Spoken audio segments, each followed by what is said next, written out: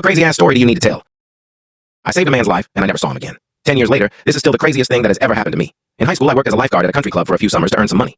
It was a cushy gig. It was for country club members only, so a large part of the job was learning people's names and interacting with them. Mostly just saying, "Good morning, Mr. Garrity," and listening to some generic mumbling about millennials. Well, over the 4th of July weekend, there were more people at the pool than usual. Each member could sign in one guest, and there was a middle-aged man jumping off the diving boards who I hadn't seen before. He was over 6 feet, at least 230 pounds, and was doing gainers off the low dive into the pool to make big splashes to impress his country club member friends. Well, one particular jump he got a running start and slipped off the board at the very end. His momentum was already leaning backwards to do the jump, and his body came off the board a few feet, and his head rotated backwards and smacked right into the diving board.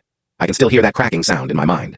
I'm sitting 8 feet off the ground in the lifeguard chair at the diving well watching this all go down, and I am praying that I don't have to do anything, even though I knew shit was about to go down.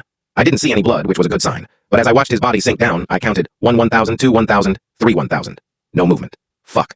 I blew 3 short tweets on the whistle, the cadence to signal to the other guards that I would need the neck board, and jumped in with my buoy, making as little of an impact as possible in the water.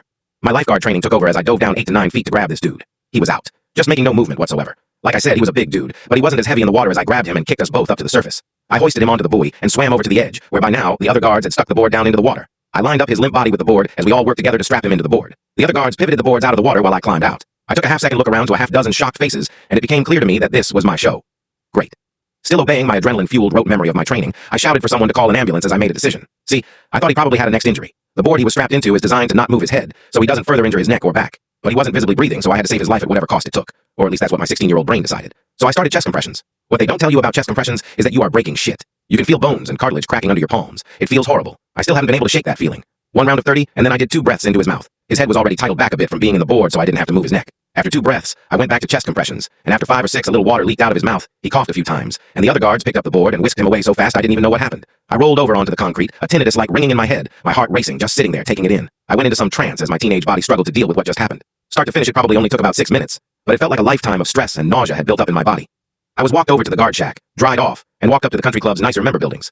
The manager, who was a friend's dad and had gotten me the job, sat down with me as we talked about what happened. I gave him the basic details, signed some documents, and was sent home for the day.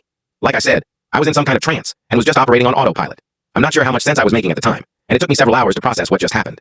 I came back from my shift a few days later, and I was told by another lifeguard that the guy was okay. I was thanked profusely by the member who brought him as a guest, but I never saw that guy again.